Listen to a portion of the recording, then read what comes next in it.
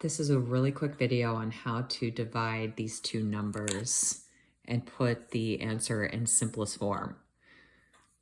So we have to change each one of these into an actual fraction that we can solve. So to do that, we multiply 16 and 4 and we add the 5. So 16 times 4 and then you add the 5. So you get 69. And you put that over the denominator of 16. And you do the same thing over here. 8 times 3 is 24, plus 3 is 27, and you put the denominator of 8. Now you're dividing two fractions, and the way that you do this is by flipping the second fraction. So 69 over 16 times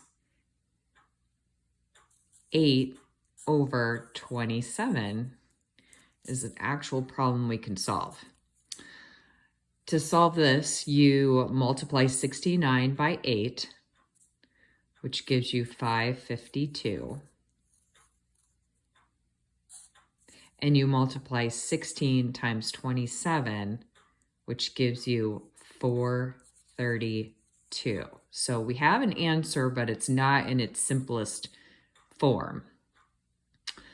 The way that we can put this into the simplest form is by determining the greatest common factor. And the way that you do that is you take each number, the number on top and the number on the bottom, and you divide to get whole numbers. So on this side, we're going to put 432. And on this side, we're going to put 552, okay? These are both even numbers. So we can begin by dividing by 2, and we know we're going to get a whole number. So 432 divided by 2 is 216. And we keep doing that until we can't do it anymore. So divide by 2 again, and we're going to get 108. And this is also divisible by 2. So let's try it again. I got 54, okay? I can divide 54 by 2 again, so let's do that, and I get 27. Now, when I get to this point, I realize, using my calculator, that I'm not able to divide 27 by 2 and get a whole number. So I try dividing by 3, and I'm successful. 27 divided by 3 is 9. And I realize that 9 can be divided by 3 and get a whole number, so I do that. Okay. And 3 is also divisible by 3. Okay, great. Let's do the same thing for 552. So I know 552 can be divided by 2 because it's an even number here. So 276 is what you get.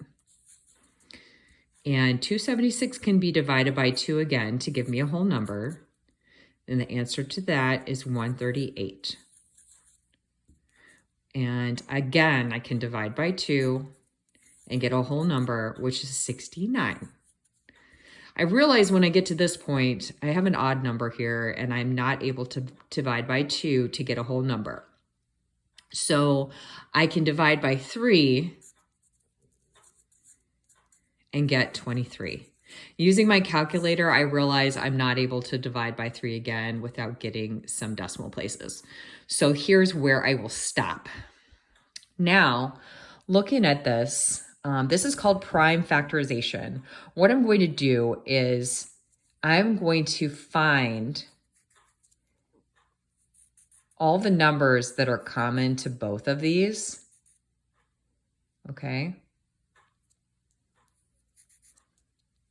And I realize, okay, I've got 3 2s and I got a 3 that's common. So 2 times 2 times 2 times 3, okay? And when I do that, I get 24. So 24 is my greatest common factor. And what I do with that number is I take it up here and I divide each one of these by 24. Okay, and what I get is 23 over 18. And that is my simplest common form answer, 23 over 18.